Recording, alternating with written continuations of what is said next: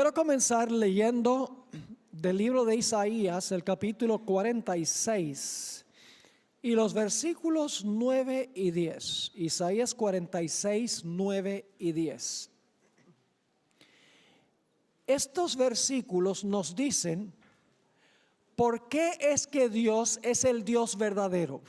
¿Qué distingue al Dios verdadero de todos los pretendientes, los que dicen ser pero no son? Dice aquí Dios: acordaos de las cosas pasadas desde los tiempos antiguos, porque yo soy Dios y no hay otro Dios, y nada hay semejante a mí. ¿Por qué? Versículo 10. Que anuncio lo porvenir desde el principio, y desde la antigüedad lo que aún no era hecho. Que digo, mi consejo permanecerá y haré todo lo que quiero. Ahora, otro texto que necesitamos leer es Amós 3:7, un texto muy bien conocido. Porque no hará nada Jehová el Señor sin que revele su secreto a sus siervos los profetas. Ahora, basado en estos dos textos, Isaías 46, 9 y 10 y Amós 3:7, podemos alcanzar 4 conclusiones. 1. Dios conoce el fin desde el principio. Dios conoce cabalmente el futuro desde un pasado en el cual Él vive. En segundo lugar, siendo que Dios conoce el fin desde el principio, es capaz de anunciar de antemano lo que va a pasar en el futuro. Porque si Dios conoce lo que va a ocurrir, Dios es capaz de revelar lo que va a ocurrir en el futuro. Número 3, Dios no es un observador pasivo de lo que ocurre en la historia. Dios está activamente involucrando, dirigiendo los eventos para alcanzar el fin que Él mismo ha establecido. Por eso dice, haré todo lo que quiero, dice en Isaías 46 y el versículo 10. Y 4, Dios no mantiene en secreto sus planes para el futuro, sino que revela a sus siervos los profetas lo que va a ocurrir en el futuro. De estos dos pasajes podemos sustraer estas conclusiones.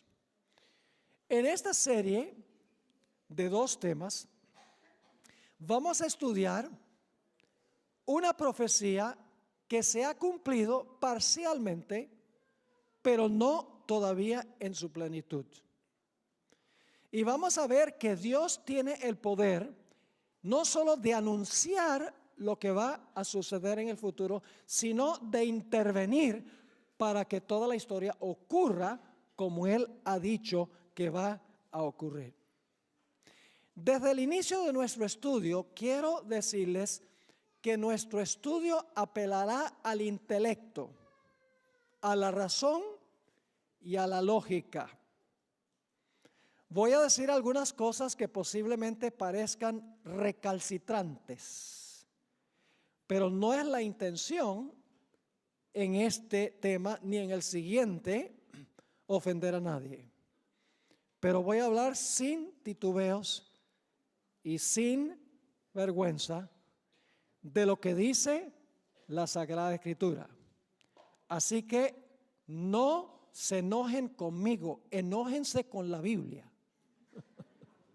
Porque lo que vamos a sustraer está en la Sagrada Escritura. No se enojen con la Biblia. Pero si van a estar disgustados, pues echen la culpa a Dios, porque Dios fue el que reveló estas cosas. Ahora, el enfoque central de lo que nosotros vamos a estudiar es identificar al anticristo de la Biblia. ¿Y cómo el anticristo será vencido? Por Cristo Jesús. Así que al comenzar queremos formular 3 preguntas. Primero, ¿quién es el anticristo que menciona la Biblia? Segundo, ¿en cuál etapa de la historia se levanta este poder que se conoce como el anticristo? ¿Cuándo? Y finalmente, ¿qué características o cualidades tendrá el anticristo y cómo se comportará?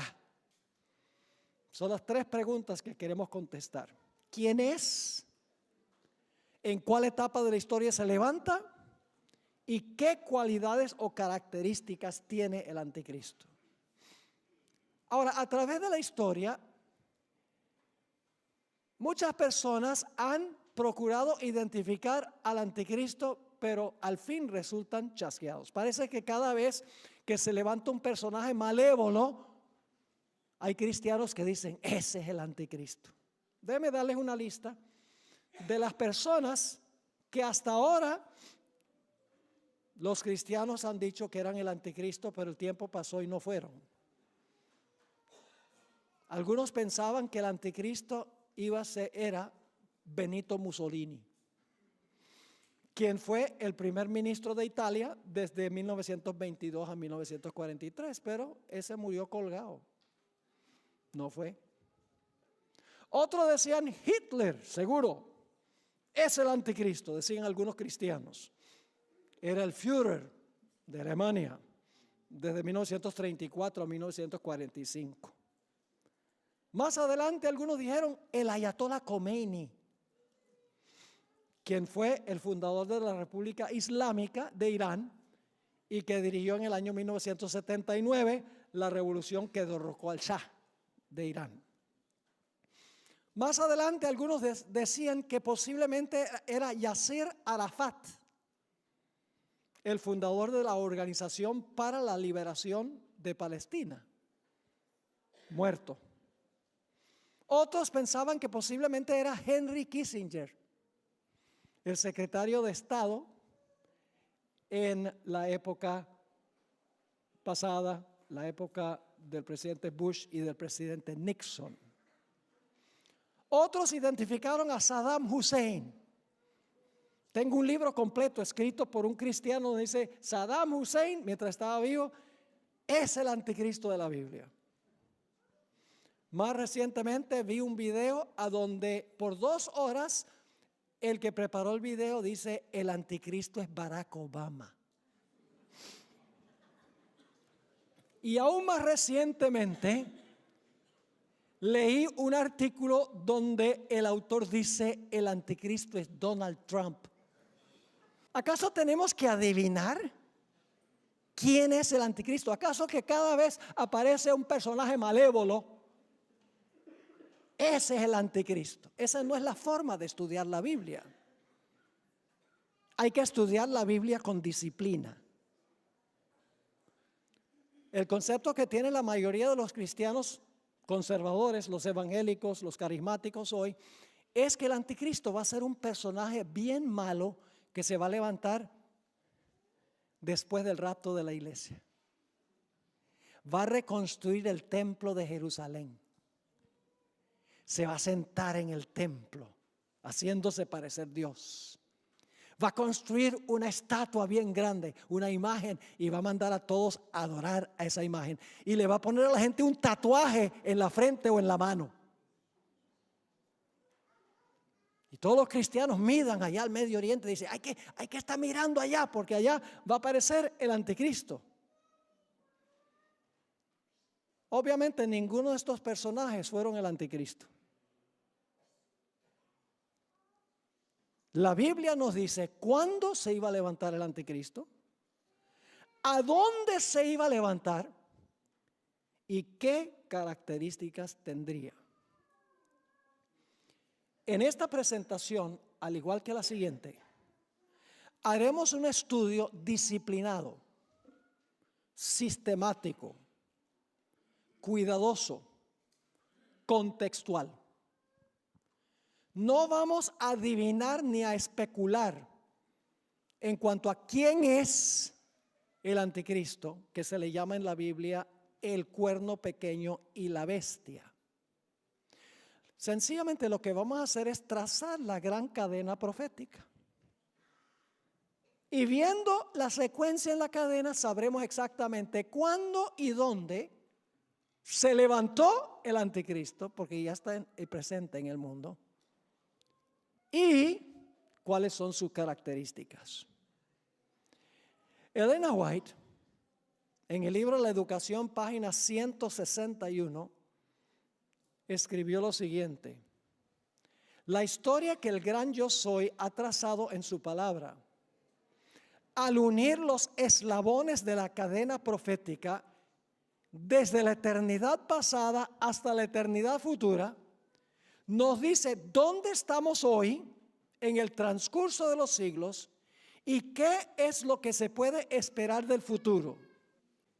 Todo lo que la profecía anunció que sucedería hasta el presente ha sido registrado en las páginas de la historia, y podemos estar seguros de que todo lo que falta se cumplirá en su orden. La gran cadena profética comienza en los días cuando escribió el profeta, y los eventos se cumplen en sucesión continuada sin interrupción hasta el establecimiento del reino eterno de Cristo Jesús. Ahora, permítanme decirles algo sobre la interpretación de los símbolos de la Biblia. El libro de Daniel, específicamente el capítulo 7 que vamos a estudiar esta noche, usa muchos símbolos. Los símbolos no se pueden tomar literalmente. El símbolo literal representa una realidad mayor. Es representativo de algo. Ahora, ¿cómo determinamos nosotros el significado de un símbolo? Bueno, en primer lugar, a veces el mismo pasaje que uno está estudiando da el significado del símbolo. Les doy un ejemplo. En Apocalipsis 17 dice que hay una ramera que está sentada sobre muchas aguas. En el versículo 15 explica qué representan las aguas. Las aguas representan ¿qué cosa? Muchedumbres, naciones, lenguas y pueblos. Es decir, el mismo capítulo explica qué son las aguas. Pero cuando no se explica en el contexto el significado de un símbolo, vamos a otras partes de la Biblia que usan el mismo símbolo para entender lo que el símbolo significa. La Biblia es su propio intérprete. Así que la profecía que vamos a estudiar matemáticamente es la profecía de Daniel 7. Así que vayan conmigo a Daniel 7 y vamos a leer los versículos 1 y 2. En el primer año de Belsasar, rey de Babilonia, tuvo Daniel un sueño y visiones de su cabeza mientras estaba en su lecho.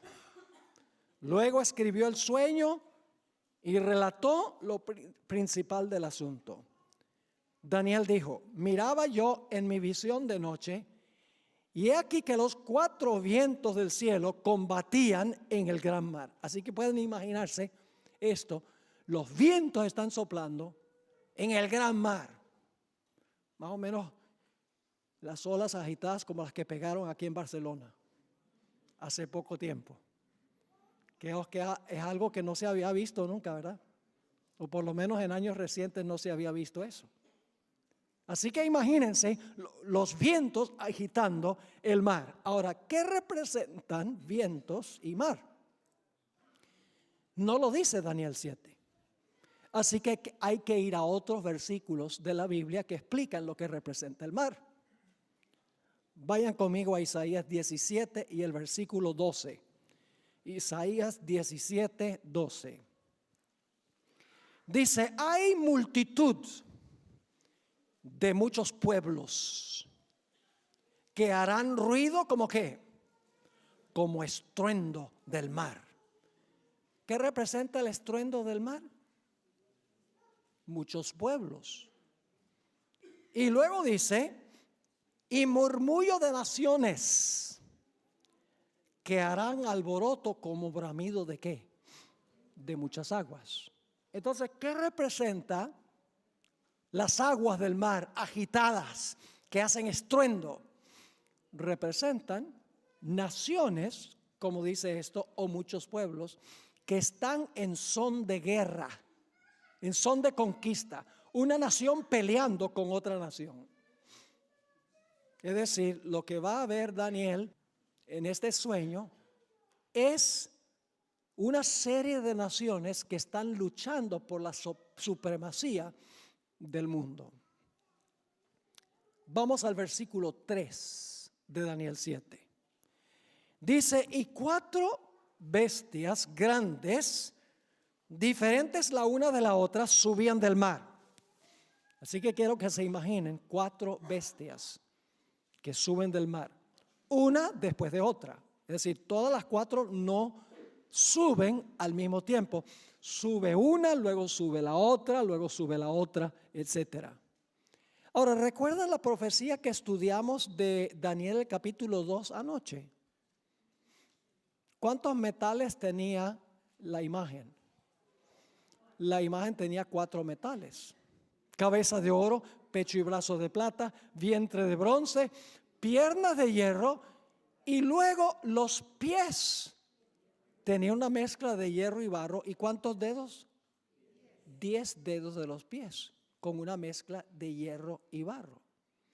Y luego la roca pega en los pies de la imagen, desmenuza todo y se convierte en un monte que es el reino eterno de Cristo Jesús. Así que dice en el versículo 3, y 4 bestias grandes, diferentes la una de la otra, subían del mar. Ahora, ¿qué representan estas bestias? ¿Qué simbolizan estas bestias? No tenemos que adivinar, porque el mismo capítulo 7 explica qué representan las bestias. Noten el versículo 17 de Daniel 7. Aquí está la explicación de lo que representan las bestias.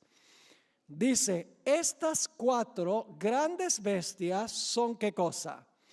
4 reyes que se levantarán de la tierra. Ahora, cuando dice 4 reyes, en realidad en Daniel hay un intercambio entre la palabra reyes y reinos, son intercambiables.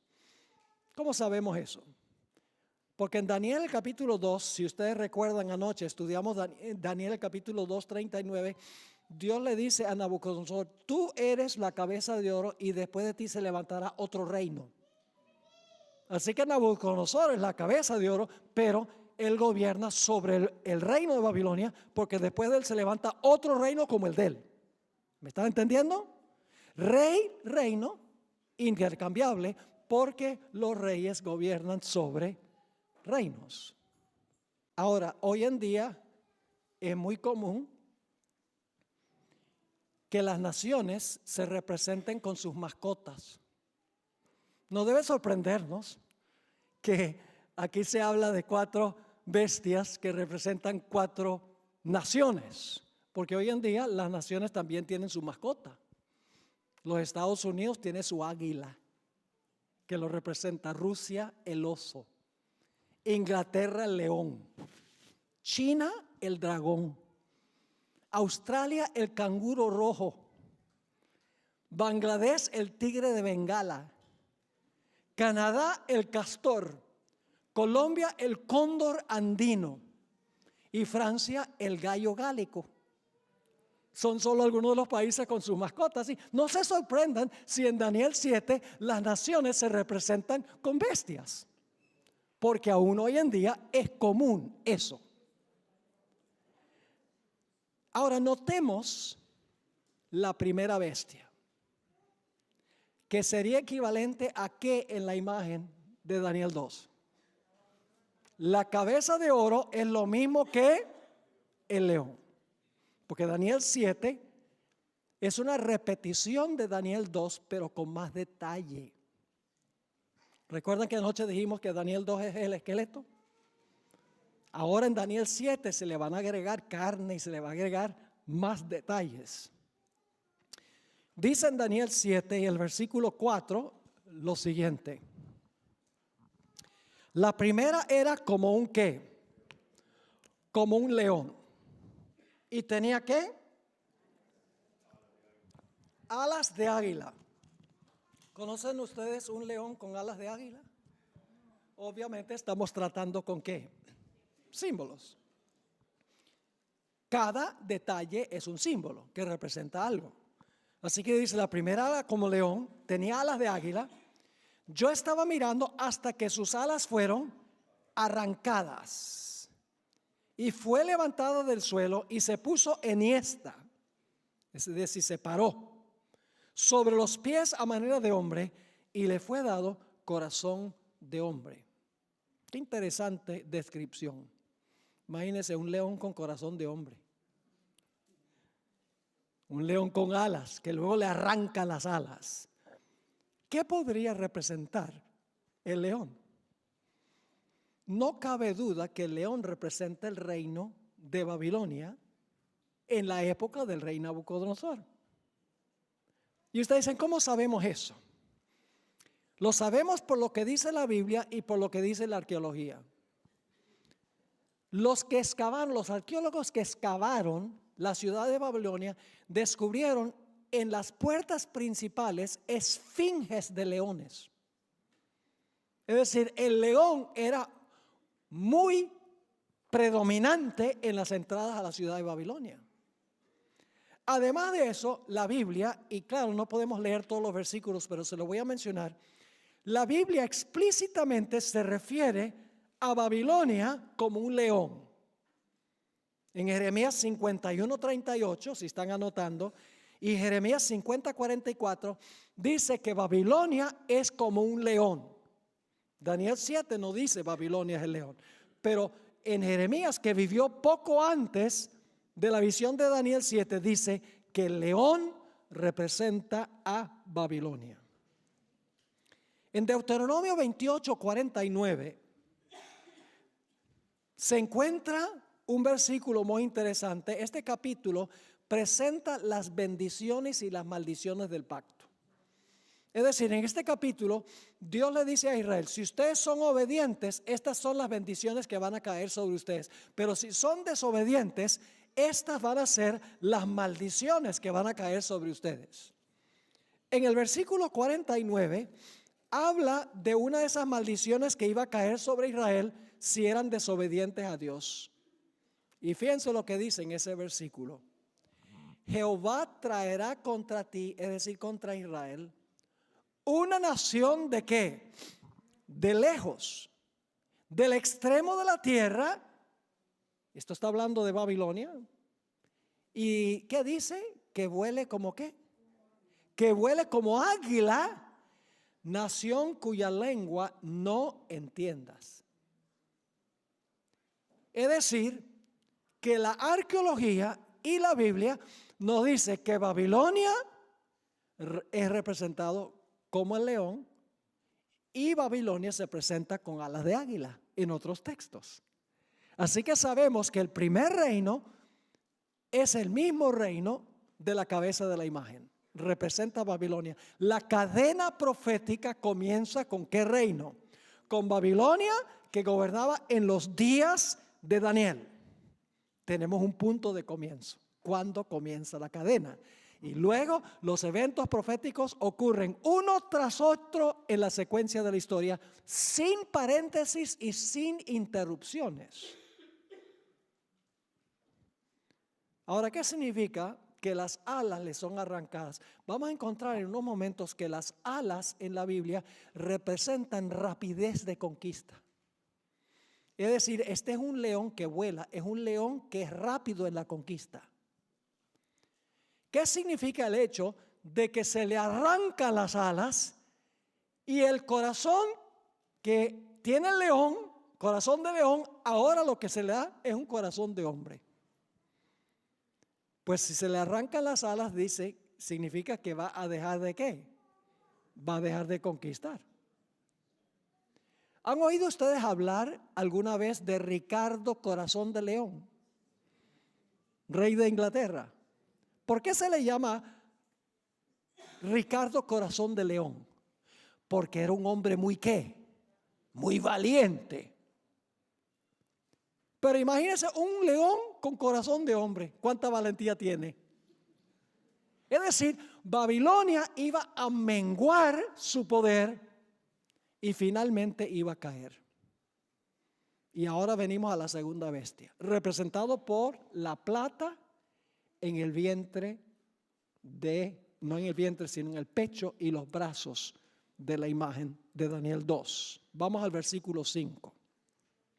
Y he aquí otra segunda bestia, semejante a un oso, la cual se alzaba de un lado más que del otro.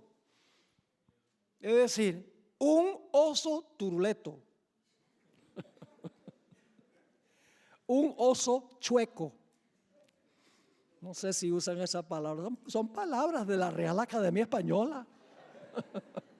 Así que dice, he aquí otra segunda bestia, semejante a un oso, la cual se alzaba de un lado más que del otro. Es decir, el oso está más alto en un lado que en el otro. Y tenía en su boca 3 costillas entre los dientes. ¿Qué acababa de hacer? Había devorado. ¿Qué cosa? Al leoncito. El oso le ganó al león. Sigue diciendo, y le fue dicho así, levántate, devora mucha carne. ¿Qué representa el oso? No tenemos que adivinar. Porque cuando miramos el capítulo 8, que no tenemos tiempo de leer el capítulo 8, solamente le voy a describir. En Daniel el capítulo 8 habla de un carnero. El carnero tenía 2 cuernos. Uno de los cuernos era más alto que el otro. Así como el oso era más alto en un lado que el otro, encontramos en Daniel el capítulo 8 que el carnero tiene un cuerno más alto que el otro. Y en Daniel 8 se identifica qué representa el carnero. Dice que el carnero son los reyes de Media y de Persia. Eso lo dice Daniel 8 y el versículo 20. Entonces, ¿qué representa el oso más alto en un lado que en el otro? Y el carnero que tiene un cuerno más alto que el otro, representa el siguiente reino Medo-Persia. Y fíjense, no tenemos que adivinar esto. El mismo libro de Daniel identifica el segundo reino como Medo-Persia. ¿Recuerdan la historia de Daniel, el capítulo 5? Cuando Belsasar estaba haciendo su fiesta de celebración, apareció una mano escribiendo sobre la pared, Mene, Mene, Tekel, Uparsin. El reino es quitado de ti, Belsasar, el último rey de Babilonia, y es dado ¿a quiénes? A los medos y a los persas. El mismo libro de Daniel identifica cuál es el segundo reino, Medo-Persia. Ahora, dicho sea de paso, Babilonia gobernó desde el año 605 antes de Cristo hasta el año 539 antes de Cristo. Recuerden que antes de Cristo los años van para abajo. Después de Cristo suben. Medo-Persia gobernó desde el año 539 hasta el año 331 antes de Cristo. Ahora, ¿qué representan las 3 costillas en la boca del león? Cuando miramos la historia, Babilonia fue derrotada cuando Medo-Persia conquistó a 3 provincias en particular. Esas provincias del reino babilonio eran Lidia, Egipto y la ciudad de Babilonia. Históricamente se demuestra que esas fueron las 3 provincias que los medos y los persas derrotaron para quedarse con el reino de Babilonia. Así que el segundo reino es Medo-Persia. Vamos al tercer reino. Daniel 7 y el versículo 6. Yo pregunto, ¿es este un estudio disciplinado de esta profecía? Disciplinado, no estamos adivinando, ni conjeturando, ni imaginándonos, no, estamos sencillamente siguiendo la cadena profética. El tercer reino se encuentra en Daniel 7:6. ¿A qué parte de la imagen sería paralela esta tercera bestia? Tiene que ser el vientre de bronce. Dice en Daniel 7:6, después de esto miré, y he aquí otra, semejante a un leopardo. Yo pregunto, ¿un leopardo es veloz? ¿Es veloz un leopardo? Pero fíjense, no solo es veloz, sino con 4 alas de ave en sus espaldas. No solo es un leopardo veloz, sino que tiene 4 alas. Una bestia súper veloz para la conquista. En un momento se los voy a comprobar. Ahora, ¿qué representa este leopardo? Dice que el leopardo, la profecía, tiene 4 alas de ave. Tenía también esta bestia, ¿cuántas cabezas? 4 cabezas, y le fue dado dominio. ¿Qué representa esta tercera bestia, el leopardo? No cabe duda que representa a Grecia. No hay que ir a la historia para saber que es Grecia. El mismo libro de Daniel identifica el tercer reino como Grecia.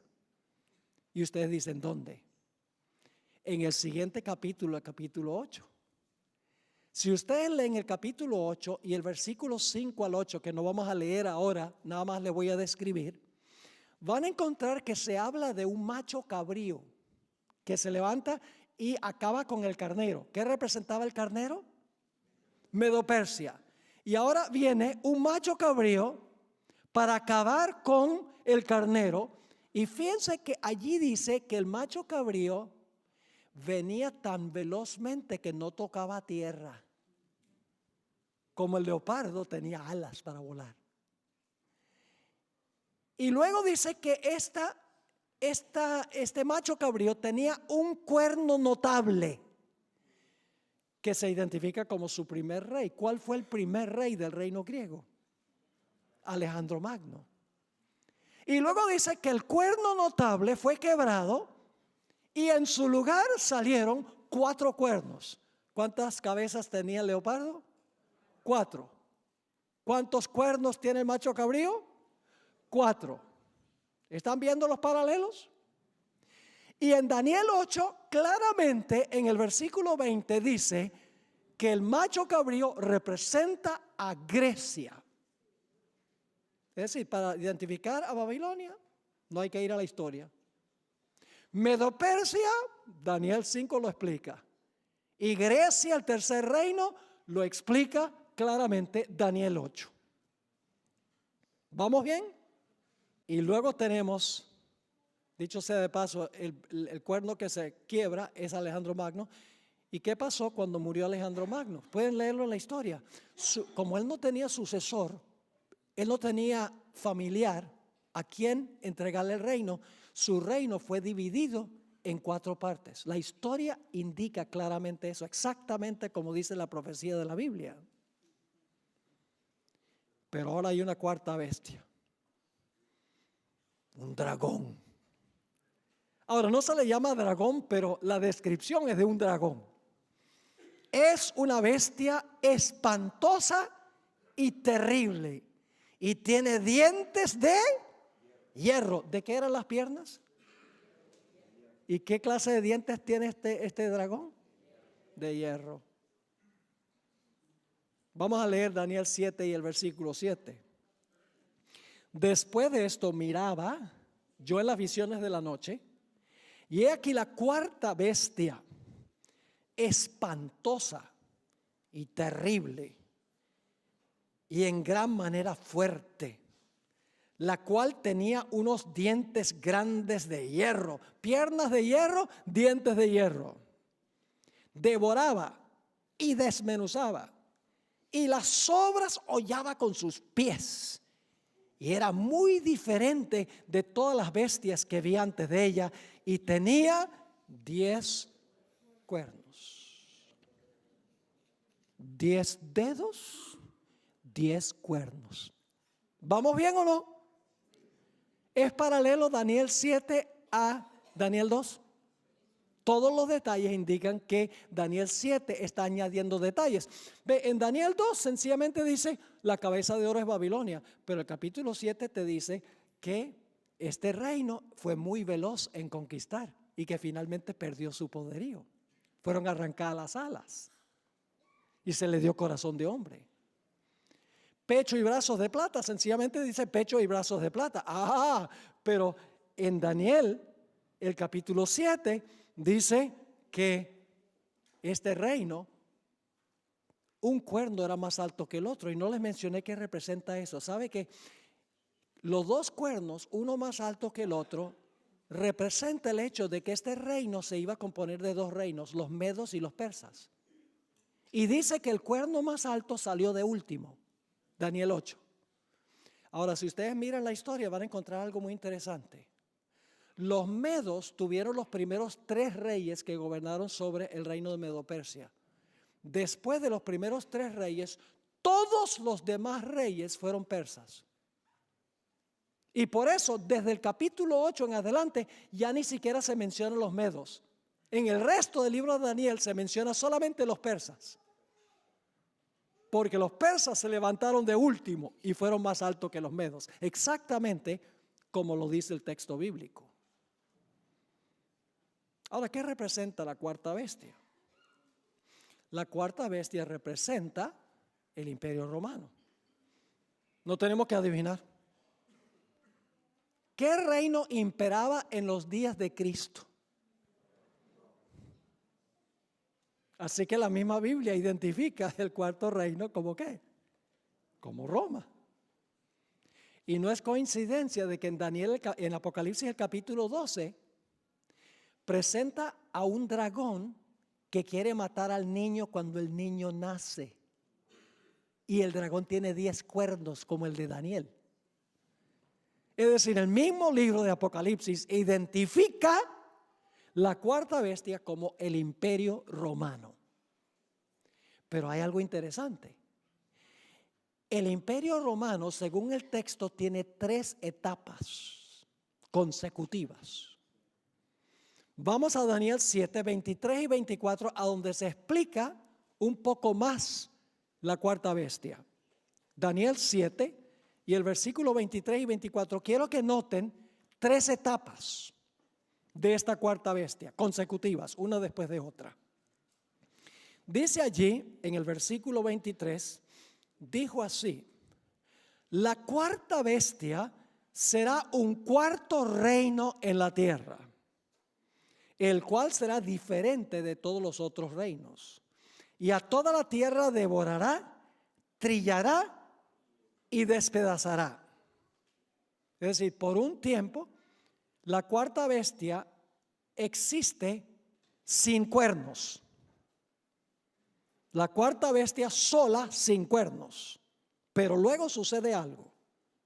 Sigue diciendo en el versículo 24, y los 10 cuernos significan que de aquel reino se levantarán 10 reyes. Ahora yo pregunto, para que los 10 cuernos se puedan levantar de la cuarta bestia, ¿tiene que existir la cuarta bestia antes que salgan los cuernos? ¿O es que los cuernos pueden salir sin que la bestia esté ahí? Primero existe el dragón y luego le salen ¿qué? Esa es la segunda etapa. Le salen 10 cuernos, porque dice nuevamente, los 10 cuernos significa que de aquel reino se levantarán. El reino existe antes que se levanten. Se levantarán 10 reyes. Y tras ellos, ¿qué significa tras ellos? Después que están completos los 10, que son los 10 dedos de los pies, ¿qué va a pasar? Tras ellos se levantará otro, el cual será diferente de los primeros, y a 3 reyes derribará. Ahora, este cuerno se conoce como el cuerno pequeño. Pero escuchen bien, cuando comenzó era pequeño, pero luego creció hasta el punto de dominar sobre los otros cuernos. Lo vamos a encontrar. quiero decirle, todos los eruditos, adventistas y no adventistas, creen que el cuerno pequeño es el anticristo. Ahora, hay diferencias en cuanto a quién es el anticristo, a dónde se va a levantar y cuándo se va a levantar. Pero todos están de acuerdo de que este cuerno pequeño representa el anticristo final. Es decir, el cuerno pequeño representa al anticristo. ¿Qué representa el cuerno pequeño? Les voy a dar 7 características del cuerno pequeño que identifican qué poder representa este cuerno. Número 1, se levanta después que están completos los 10. ¿De acuerdo? Los 10 están y luego en medio, dice, tras ellos se levanta el pequeño. La primera característica es, se levanta después que están completos los 10 cuernos. Ahora, ¿qué representan los 10 cuernos? Representan las divisiones de lo que hoy es Europa.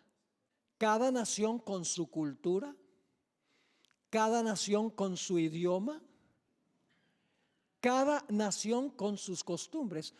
Europa es el resultado de las invasiones bárbaras. Francia fue establecido por los francos, Inglaterra por los anglosajones, los alemanes por los alemani, los visigodos, ¿dónde? ¿Dónde? ¿Los visigodos? España, muy bien. Se demoraron ustedes en contestar eso. Los visigodos de España.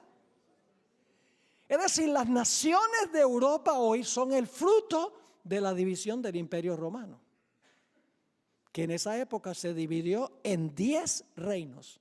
Y no voy a mencionarlos ahora, pero ustedes pueden leer en los libros de historia que el Imperio Romano, como resultado de las invasiones de las tribus bárbaras, se dividió en 10 reinos. ¿Y saben cuándo estuvieron completos los 10 reinos? Los 10 reinos estuvieron completos en el año 476 después de Cristo. 476. Todos los 10 cuernos estaban ya completos en esa fecha.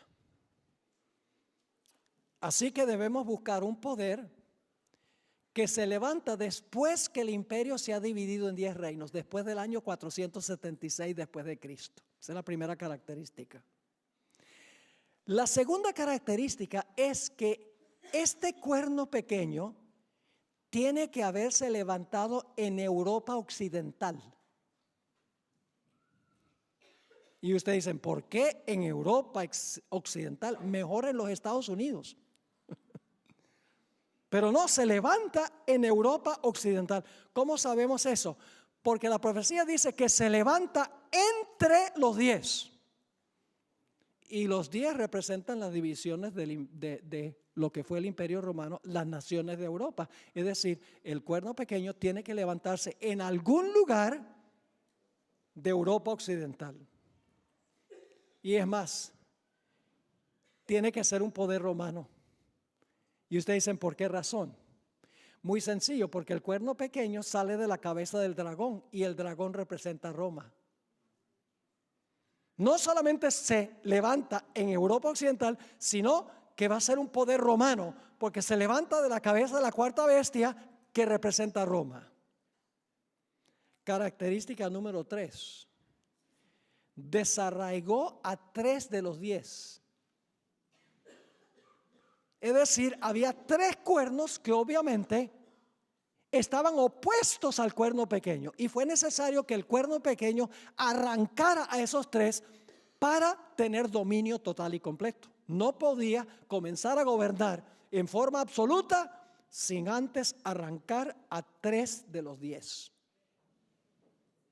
Así que las primeras 3 características son, en primer lugar, tiene que levantarse después del año 476 después de Cristo, cuando los 10 reinos están completos.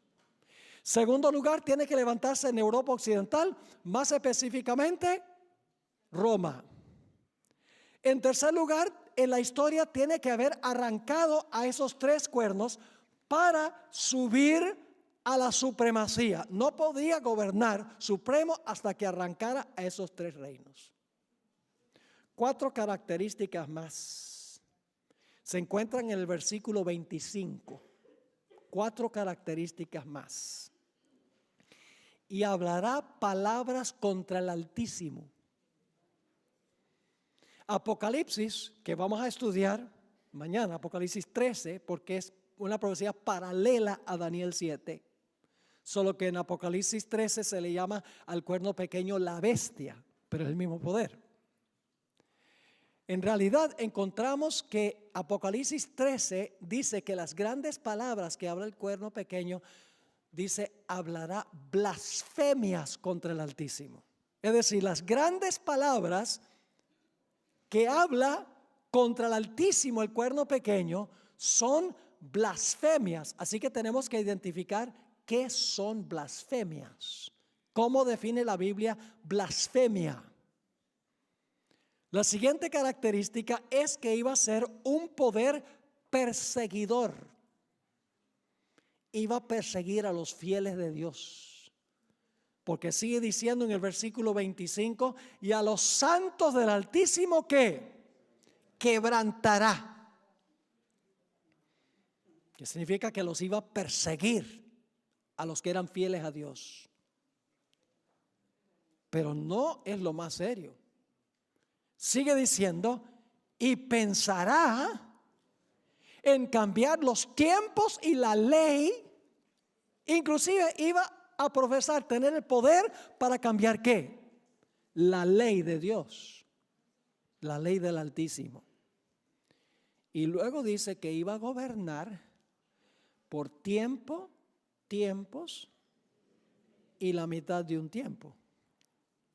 Así que 7 características. 1, tiene que levantarse después del año 476 después de Cristo. Segundo, tiene que levantarse en Europa Occidental de Roma.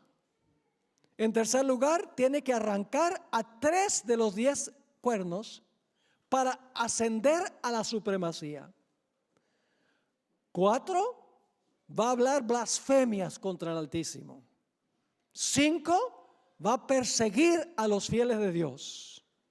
6, iba a pensar que podía cambiar la ley de Dios. Y finalmente iba a gobernar por tiempo, tiempos y la mitad de un tiempo.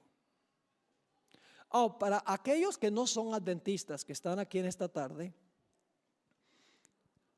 no quiero que se ofendan con lo que voy a decir ahora. No estoy hablando de ustedes como individuos. Aquí estamos hablando es de imperios, de naciones. Estamos hablando de sistemas, no de todas las personas que se encuentran dentro de esos sistemas.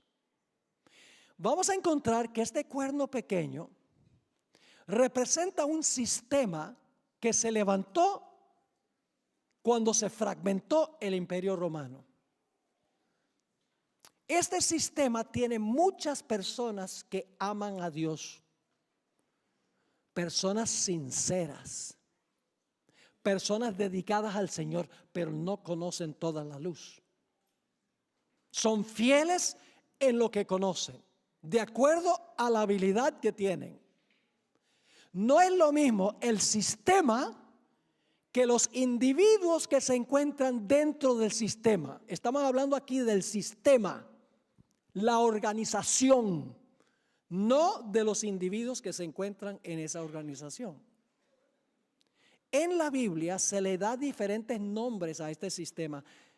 En Daniel 11 se le llama el rey del norte. Vamos a estudiar la profecía de Daniel 11, especialmente los últimos versículos, en uno de los últimos temas, en 2 partes. Apocalipsis 17 se refiere a este sistema como la ramera. En 2 Tesalonicenses 2 se le llama el hombre de pecado, que es un sistema como Judas.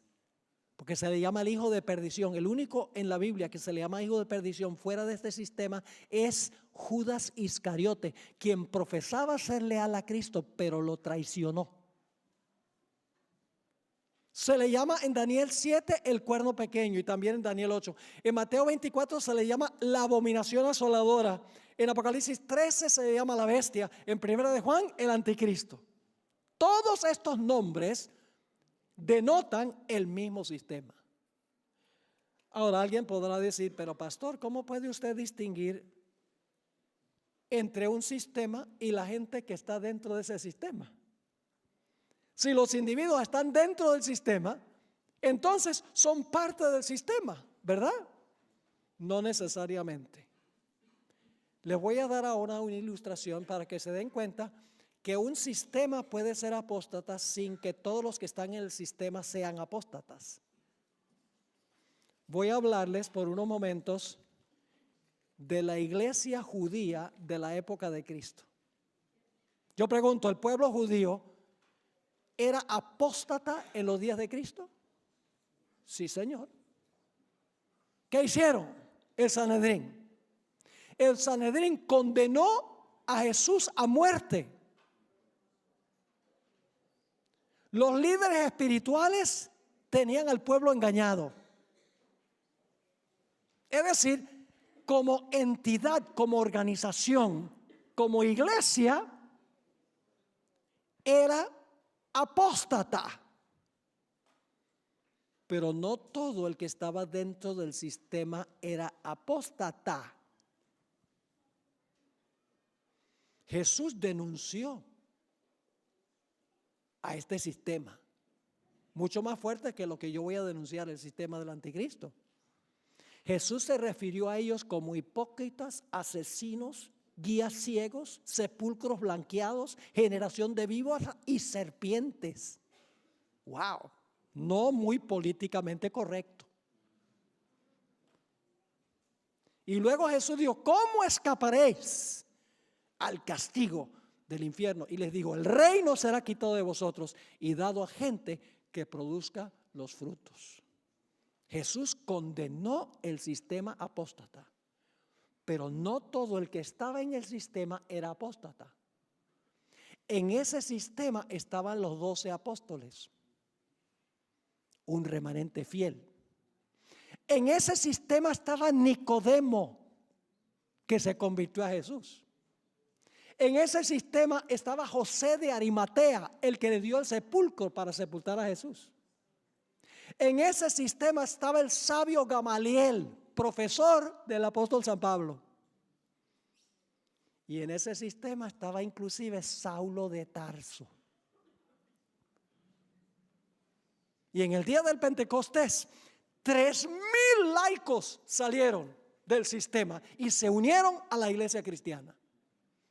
Yo pregunto, ¿es posible que un sistema sea apóstata sin que todos los individuos en el sistema sean apóstatas? Sí. Así que aquí nosotros vamos a hablar es de sistemas, de una organización apóstata, no de los individuos en ese sistema. Así que no se sientan aludidos si no son adventistas del séptimo día. Los amamos y los queremos. Y Dios los trajo aquí con un propósito muy especial esta tarde. Ahora surge la pregunta, ¿qué sistema representa este cuerno pequeño? Vamos a mirar las características. Vamos a mirarlas más detenidamente ahora. En primer lugar, dijimos que el cuerno pequeño se levanta después de ¿qué fecha? Después del año 476 después de Cristo, porque tenían que estar los 10 reinos completos cuando el cuerno pequeño se levantó, porque se levanta entre los 10 cuernos. Si vamos a la historia, vamos a notar que las tribus bárbaras invadieron desde el norte lo que había sido el Imperio Romano, se parcelaron lo que era el Imperio Romano y como les mencioné, el resultado son las naciones de Europa que nosotros conocemos hoy. Ahora hay diferentes números ahora, pero estamos hablando del momento cuando el imperio se dividió en aquella época. No estamos hablando de Europa en este tiempo, pero los diferentes idiomas de Europa, las diferentes culturas de Europa, indica de que estas naciones fueron establecidas por diferentes tribus bárbaras. Ahora, el último emperador del Imperio Romano Occidental fue un individuo con el nombre de Rómulo Augustelo. Fue depuesto en el año 476 y después de eso no hubo emperador en el Imperio Occidental. Los historiadores nos dicen que lo que fue el Imperio Romano estaba en una situación desastrosa en el año 476. Todo desmoronado, violencia, guerras. Y las naciones bárbaras buscaron a alguien que pudiera poner ley y orden. Y yo puedo leerles citas de autores católicos donde ellos dicen esto. Como todo estaba en desorden, ellos apelaron al Papa, que en ese tiempo se conocía como el obispo de Roma, y les dijo, no solamente debes gobernar sobre la iglesia, sino que también debes poner orden en la esfera civil. Y ahí comenzó el gobierno de iglesia y Estado del papado. ¿Recuerdan los pies de la imagen? ¿Cuántos dedos? 10. Después están completos los pies con 10 dedos y el hierro está ahí porque es una continuación del hierro en las piernas. Se le añade, ¿qué cosa? Se le añade barro. ¿Y qué representa el barro según estudiamos? Representa la iglesia. ¿Y qué representa el hierro? El poder civil. Iba a unirse la iglesia con el Estado. Y en Daniel 7, entre los 10 cuernos, se levanta un cuerno pequeño que claramente es religioso, pero gobierna sobre los cuernos que son reinos civiles. Así que el papado sí se levantó. Ese es el sistema que profetiza esta profecía de Daniel 7. El papado se levantó después del año 476. Característica número 2. ¿Está Roma en el Imperio Occidental? ¿Está Roma en Europa Occidental? Sí. ¿Específicamente Roma? Yo pregunto, ¿el cuerno pequeño tiene que ser romano? ¿Por qué? Porque el cuerno pequeño sale de la cabeza del dragón y el dragón es Roma. Ahora, hablemos sobre el papado un momento. ¿Cuál es el nombre del papado? Iglesia Católica Apostólica Romana. ¿Cuál es su localidad geográfica? Roma. ¿Cuál es su idioma? Latín, el idioma del Imperio Romano. ¿Qué números usa? Pueden ver los monumentos en el Vaticano, números romanos. ¿Cómo es la arquitectura? Romana. ¿De dónde adquirió su religión? Ojalá tuviera tiempo de hablar de eso. Su religión la obtuvo de los paganos. Específicamente el día del sol.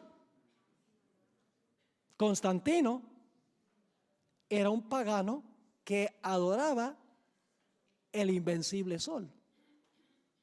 Y así penetró la observancia del día del sol a la iglesia cristiana a través del papado. Y alguno podrá decir, porque la Biblia enseña que al final de la historia va a haber una ley dominical de que todos tienen que guardar el domingo como día de reposo. El día que el papado estableció y que los protestantes han adoptado también de su madre, de la madre que estableció el domingo como día de reposo. Y alguno dice, pero pastor, no es lo mismo adorar al sol, como hacía Constantino, que adorar en el día del sol. Y mi respuesta es que en principio son lo mismo. Y le voy a explicar por qué. ¿Quién creó el sol? Dios. ¿Lo creó para la adoración? ¿Qué sucede si usted lo convierte en un objeto de adoración? ¿Cómo se llama eso? Idolatría. ¿Quién creó el primer día de la semana? Dios. ¿Lo creó como día de adoración? No. ¿Qué sucede si usted lo hace un día de adoración? Idolatría. No importa que sea un objeto o un día que el hombre establece para la adoración, el principio es el mismo. El domingo entró del paganismo al papado y a través del papado al protestantismo. ¿Saben ustedes que la organización de la Iglesia Católica es la organización del Imperio Romano, pero con diferente nomenclatura? Quiero leerles una cita que viene de un jesuita, Malachi Martin, en su libro El declive y la caída de la Iglesia Romana, página 105. Escuchen lo que él dice sobre lo que pasó cuando cayó el imperio y surgió la Iglesia Romana. Y él es católico. Dice, en 3 siglos, la Iglesia Romana había transformado la organización administrativa del Imperio Romano, convirtiéndolo en un sistema eclesiástico. ¿Qué sucedió en 300 años? 3 siglos. La Iglesia Romana había transformado la organización administrativa del Imperio Romano, convirtiéndolo en un sistema eclesiástico de obispados, diócesis, monasterios, colonias, guarniciones, escuelas, bibliotecas, centros administrativos, embajadores, representantes, tribunales de justicia y un sistema de leyes detallado. Todo esto estaba bajo el control directo del Papa, de un católico que está escribiendo. Ahora escuchen esto.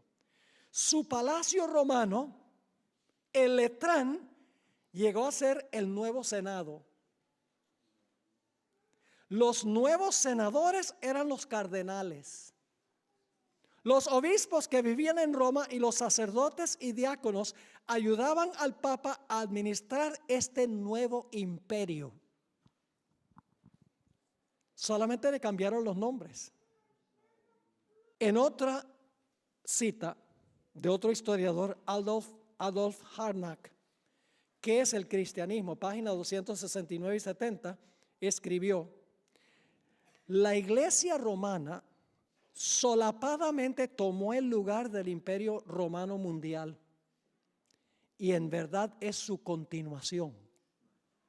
Interesante. ¿Qué está diciendo? La Iglesia romana solapadamente tomó el lugar del Imperio Romano mundial y en verdad es su continuación. El imperio no ha perecido, sino que se ha realizado una transformación. Es una creación política tan imponente como un imperio mundial, pues es la continuación del Imperio Romano. ¿Están entendiendo lo que está diciendo? ¿Cómo se llama el líder de la Iglesia romana? El sumo pontífice. ¿Saben cómo se le llamaba al emperador? Pontifex Maximus. El Papa adoptó el nombre directamente que se le atribuía al emperador romano, Pontifex Maximus. Permítame leerles esta cita, escrita por James Conroy. Es una cita escrita por un autor católico. Los católicos admiten esto. Dicen, la Iglesia romana es una continuación del Imperio Romano, solo que ahora es una iglesia unida con el poder civil. Y no tratan de esconderlo. Pero al decir estas cosas, están incriminando a la iglesia, de acuerdo a lo que dice la profecía. Dice lo siguiente: ahora que el poder temporal de los pontífices romanos es asunto del pasado, y el líder de la iglesia bajo el alto cielo se ve obligado a depender por su mantenimiento de la generosidad de sus hijos espirituales en todo el mundo, y ahora que un usurpador ocupa el trono sobre el cual gobernó el Papa por 1000 años, mientras que su legítimo dueño se halla prisionero en su propia ciudad, sería de interés desde muchos puntos de vista que comparemos cómo eran la gente y la ciudad de Roma antes de 1870 y lo que son hoy. Ahora, necesito explicarles algo sobre el año 1870. En 1870, ¿hay alguien aquí que es italiano? No tenemos ningún italiano ni italiana. Hasta el año 1870, Italia se componía de un montón de pequeños países. No era una nación unida. Pero el emperador Víctor Emanuel unificó a Italia en la nación que existe hoy. Es decir, le confiscó, es como una segunda herida mortal que recibió el poder papal después de la Revolución Francesa, se le confiscaron todos sus estados papales en Italia. Y el Papa en protesta se encerró en el Vaticano, no salió del Vaticano ningún Papa, sino hasta 1929. Se declararon prisioneros del Vaticano. A eso se está refiriendo esto. Sigue diciendo, hace mucho tiempo, cuando por causa de la negligencia de los emperadores romanos, el imperio occidental quedó a la misericordia de las multitudes bárbaras, los romanos buscaron a un individuo que los ayudara y protegiera y le pidieron que gobernara sobre ellos. De este modo sencillo comenzó la soberanía temporal de los papas. Y humildemente ascendiendo, escuchen esto, esto es un católico escribiendo, y humildemente ascendiendo al trono de César, el vicario de Cristo se apropió del cetro ante el cual los emperadores y reyes de Europa se inclinaron reverentemente por muchos siglos. Lo hicieron por respeto a la dignidad de su cargo y también porque era el único mediador que ellos reconocían en medio de sus interminables guerras. Tengo muchísimas citas. Tengo decenas de citas que ustedes pueden conseguir en nuestra página web, donde escritores católicos dicen, sí, en ese tiempo las tribus bárbaras le pidieron al Papa que pusiera orden en el imperio. Así que la segunda característica también le cuadra al papado. Se levantó en Europa Occidental, más específicamente en Roma. Todas sus características son romanas. Continúa en forma dividida, como iglesia y Estado, lo que antes había sido el imperio romano. La tercera característica es que el cuerno pequeño iba a arrancar a 3 de los cuernos. La historia es muy interesante. Resulta que de los 10 reinos que existían en Europa, había 3 que eran rebeldes a la autoridad del obispo de Roma. Los érulos, los vándalos y los ostrogodos. El cuerno pequeño o el papado no podía gobernar soberanamente mientras esos 3 reinos se oponían al cuerno pequeño, al papado. Así que el Papa influyó sobre el emperador para que el emperador Justiniano se lanzara en contra de los érulos. Y en el año 493 los érulos fueron arrancados de raíz. No hay una nación en Europa hoy que desciende de los érulos. Fueron arrancados de raíz. Daniel, el capítulo 7, dice que los 3 cuernos fueron arrancados de raíz. Pero luego quedaban todavía los vándalos. Pero en el año 534, el general Belisario, general de las tropas de Justiniano, fue y derrotó a los vándalos. Y hoy en día no hay ninguna nación que descienda de los vándalos. Fueron arrancados de raíz. Y en el año 538, el mismo emperador Justiniano envió sus ejércitos y le dieron un golpe mortal a los ostrogodos. El último reino había caído. Por eso creemos que el papado tuvo oficialmente su comienzo de dominio sin oposición en el año 538, cuando el último cuerno fue arrancado. Porque antes de eso no podía, ¿qué? No podía gobernar absolutamente. Hay una cita de un escritor secular que cita el decreto que dio Justiniano. Justiniano, esto está en el Código de Justiniano, que fue la ley oficial del Imperio Romano hasta el Código Napoleónico en el tiempo de Napoleón Bonaparte.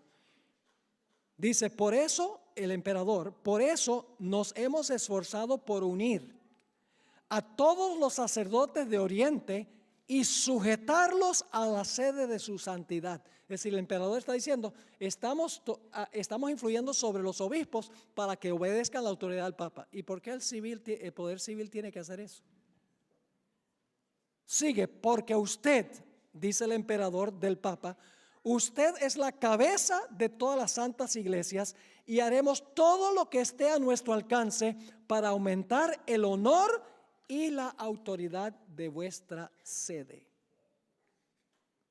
Así que el papado cumple la tercera característica. ¿Qué de blasfemia? Dice que el cuerno pequeño iba a hablar blasfemias contra el Altísimo. Tenemos que buscar en la Biblia la definición de blasfemia. ¿Qué es blasfemia? Hay dos textos que nos ayudan a entender qué es blasfemia. Marcos 2:7. El Señor Jesucristo le dijo a un paralítico, tus pecados te son ¿qué? Tus pecados te son perdonados. ¿Tenía Jesús derecho de perdonar pecados? Sí, él sí. Pero los fariseos pensaban que él tenía derecho de perdonar pecados. No. Cuando Jesús dice tus pecados son perdonados, ¿qué dijeron los líderes judíos? Este habla blasfemia. ¿Quién puede perdonar pecados sino Dios? El papado profesa tener autoridad para perdonar pecados. Lo único que tienen que hacer es ir a cualquier catedral y van a encontrar el confesionario, donde la gente va a confesar sus pecados, al sacerdote, a un sacerdote humano. ¿A quién debemos confesarle nuestros pecados? Solamente a Jesús. Y Jesús nos representa ante Dios. Pero el cuerno pequeño dice que iba a hablar blasfemias. Una definición de blasfemia es decir que un mero hombre tiene el poder de perdonar pecados. Hay otra cita, Juan 10 y el versículo 33. Juan 10 y el versículo 30 al 33, donde nos dice algo más en cuanto a lo que significa blasfemia. Dice allí, Jesús declara unas palabras revolucionarias. Dice, yo y el Padre uno somos. Los judíos no les gustó eso. Entonces los judíos volvieron a tomar piedras para apedrearle. Jesús le respondió, muchas buenas obras os he mostrado de mi Padre, ¿por cuál de ellas me apedreáis? Le respondieron los judíos diciendo, por buena obra no te apedreamos, sino por la blasfemia, porque tú siendo hombre te haces Dios. Jesús profesaba ser representante de Dios en la tierra y lo era. Pero los judíos no pensaban que era. Es decir, profesar ser Dios en la tierra sin serlo en verdad es ¿qué? Blasfemia. Yo pregunto, a través de la historia, tal vez no tanto con Francisco ahora, ojalá yo tuviera tiempo de hablarles de Francisco, pero déjenme decirles, nosotros tenemos a 4 personas que van a venir de nuestro ministerio acá el lunes. Hemos traído algunos materiales. Uno de esos materiales es un dispositivo que tiene 8 temas que prediqué en diciembre sobre la estrategia de los jesuitas para tomar dominio del papado y los reyes de la tierra. Es una serie muy interesante que vamos a tener disponible. Hoy en día el Papa Francisco no dice yo soy Dios en la tierra porque vivimos en una sociedad sofisticada. Pero nosotros no tenemos que comprobar que hoy en día el papado profesa que el Papa es Dios en la tierra. Solamente tenemos que hacerlo durante el periodo en que el papado gobernó. Porque esta profecía está hablando del periodo pasado que gobernó el papado. Y ustedes saben que a través de la historia pasada, los papas profesaban ser el vicario de Dios en la tierra. Que significa el que ocupa el lugar de Dios en la tierra. Es interesante que el Papa Francisco, tal vez algunos de ustedes recuerdan esto, el Papa Francisco desde diciembre 8 del 2015 a noviembre 20 del 2016 lo proclamó el año de la misericordia. Y dijo que los que pagaran cierta penitencia se les iban a perdonar sus pecados, inclusive a las mujeres que han abortado bebés. Es decir, el Papa dando absolución del pecado. Eso es lo que la Biblia define como blasfemia. Dice también, característica número 5, que este sistema iba a perseguir a los santos del Altísimo. ¿Persiguió el papado durante su periodo de apogeo a los fieles de Dios? Sí, Señor. ¿Han oído hablar del santo oficio de la Inquisición? Sí, ¿han escuchado españoles? Aquí donde tuvo el origen. ¿A quiénes perseguían? A judíos, musulmanes y herejes. Los quemaban en la hoguera. Los torturaban. En un momento les voy a mencionar algo más sobre eso. Juan Pablo II escribió un documento donde pedía perdón por todas las persecuciones que el papado ha lanzado en contra de la gente.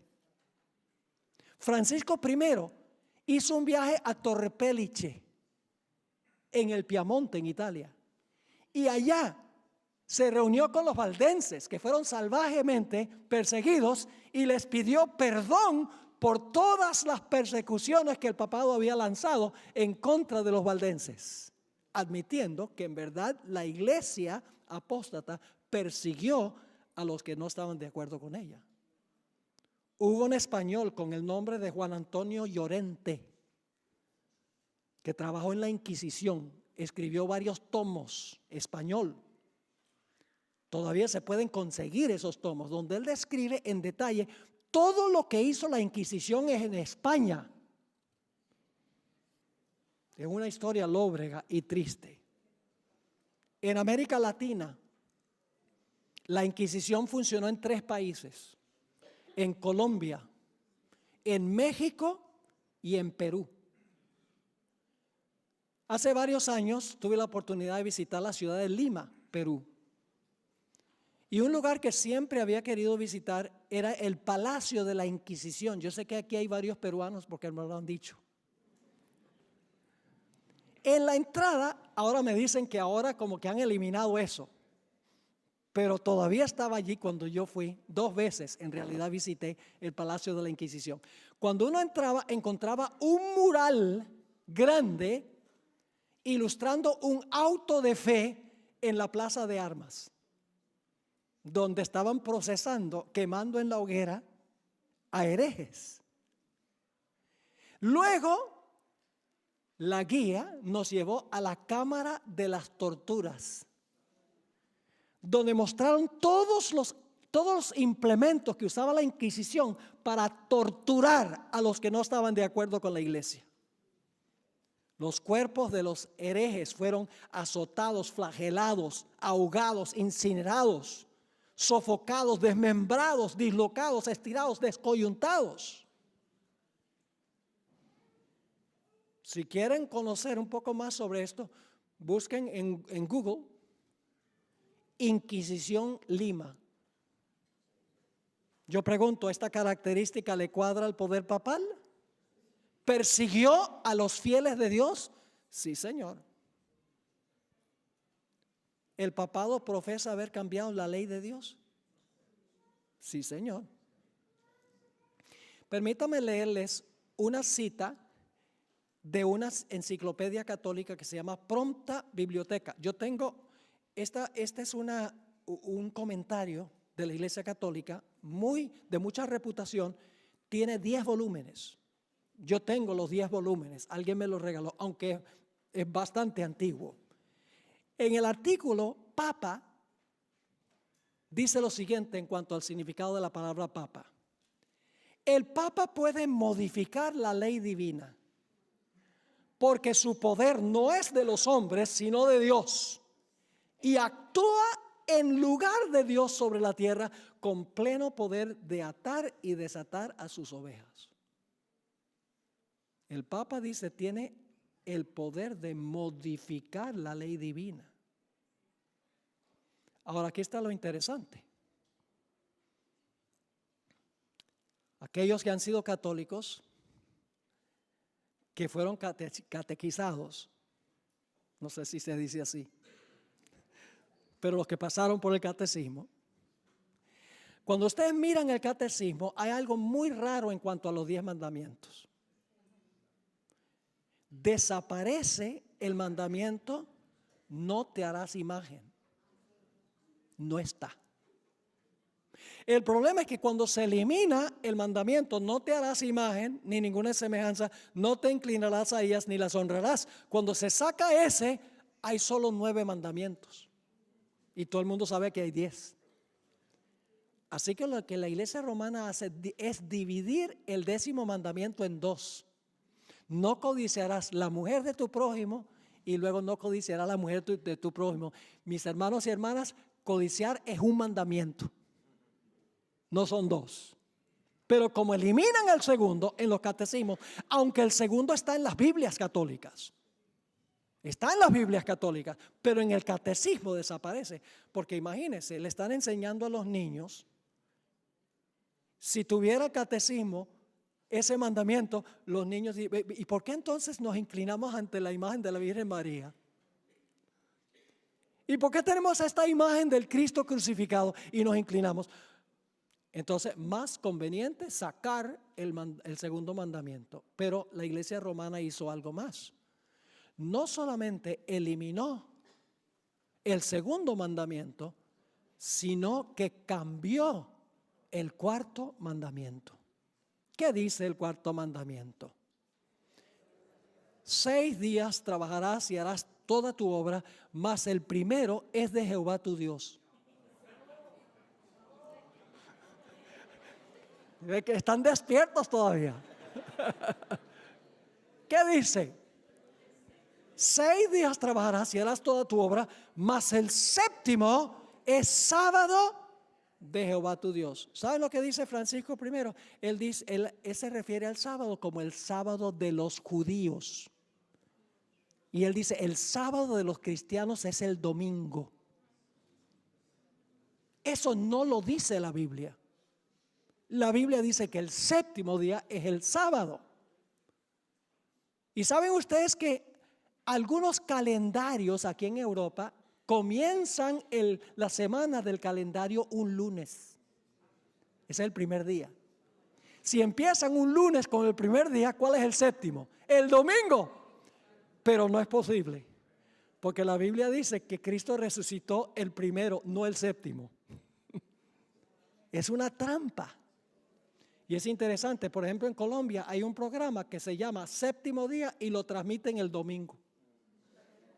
Muy capcioso el diablo en quitar la señal que identifica al verdadero creador y colocar un mandamiento creado por los hombres.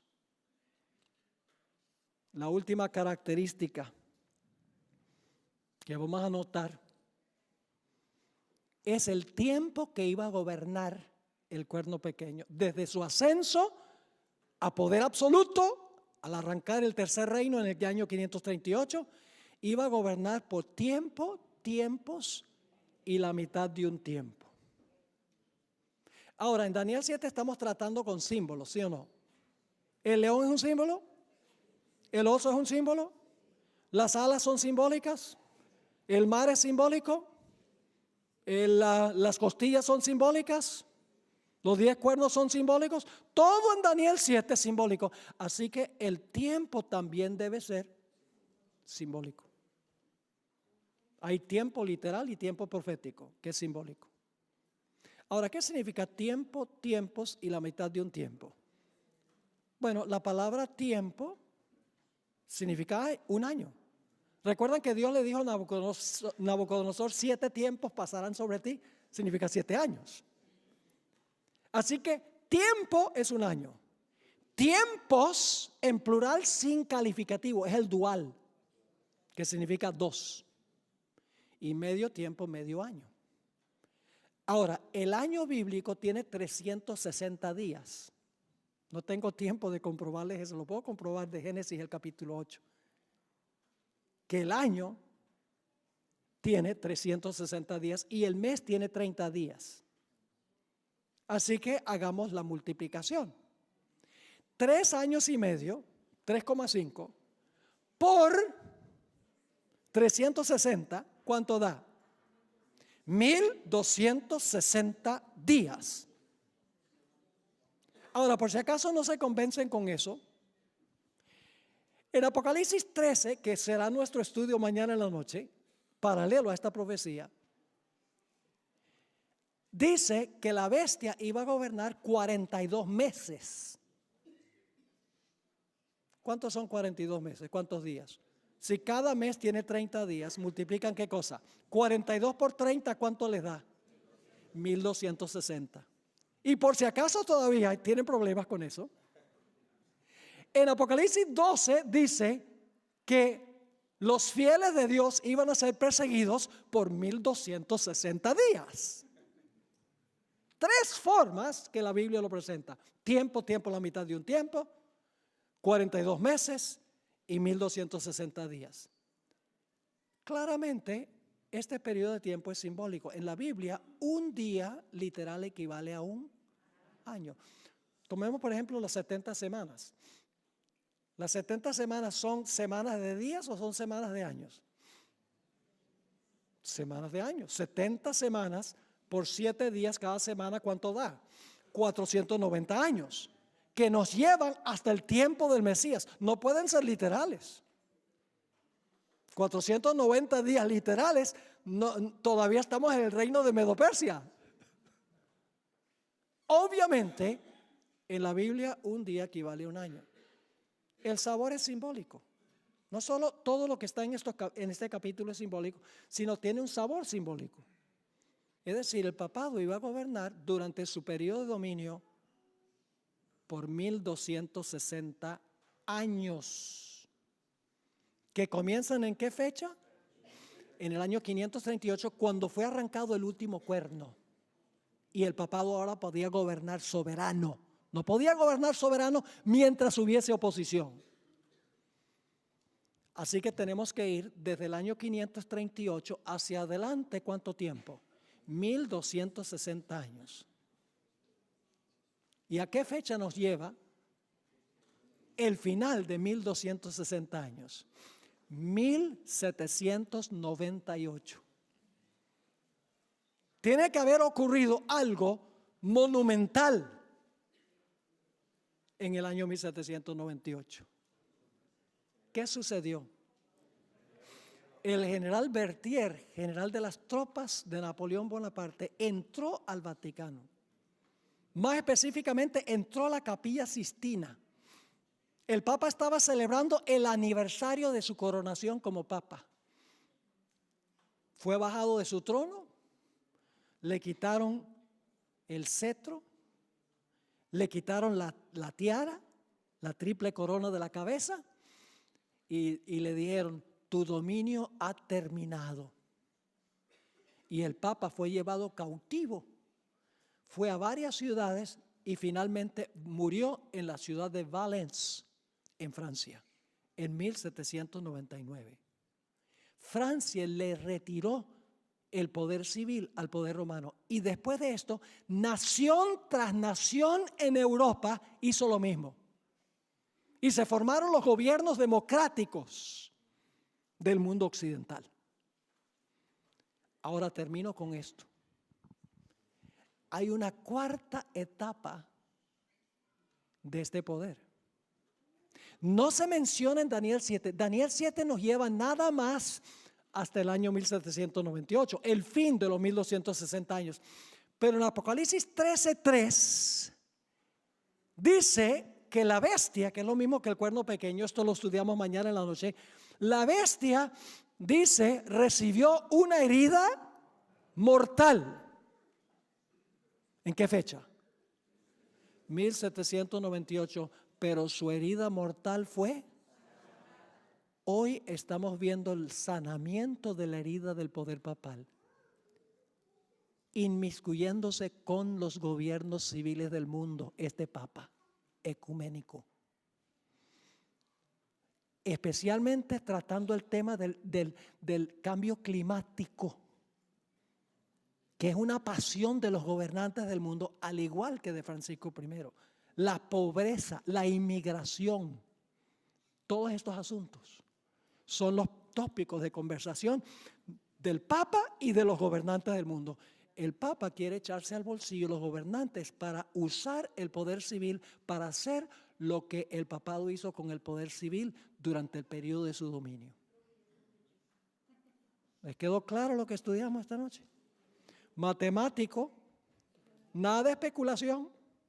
La cadena profética, vamos a repasarla: Babilonia, Medo-Persia, Grecia, el Imperio Romano. Se divide el Imperio Romano en 10 reinos. Sale un cuerno pequeño, arranca 3 y llega a gobernar sobre todos 1260 años. Dice que tiene poder para perdonar pecados. Dice que tiene el representante de Dios en la tierra. Persigue a los que no están de acuerdo con ella. Se levanta en Roma, es un poder romano. Gobierna por 1260 años. Todas las características caben con un solo poder, y es el papado romano. Ahora, si no regresa mañana, solamente van a tener la mitad de la historia. Porque mañana vamos a hablar de qué fue lo que le dio la herida mortal al papado. El papado fue herido con la espada. Tenemos que entender qué significa la espada. Así que no se pierdan el próximo emocionante episodio. Mañana en la noche. Oremos. Padre Celestial, gracias te damos por la palabra profética más segura. Gracias porque no tenemos que especular ni adivinar. Gracias porque has establecido este método histórico donde podemos seguir la secuencia de los reinos y saber exactamente qué representa cada uno de estos símbolos. Señor, posiblemente hay personas aquí esta noche que para ellos esto es una sorpresa. Te ruego, Señor, que tú impresiones su corazón para que sepan que no estamos criticándolos a ellos como individuos, sino que estamos hablando de un sistema. Y que tú llamas a tu pueblo a salir de ese sistema, salir de ella, pueblo mío. Gracias te damos por tu compañía. Pedimos que nos continúes bendiciendo durante el transcurso de esta semana. Te lo imploramos en el nombre precioso de Cristo, nuestro amante Salvador. Amén.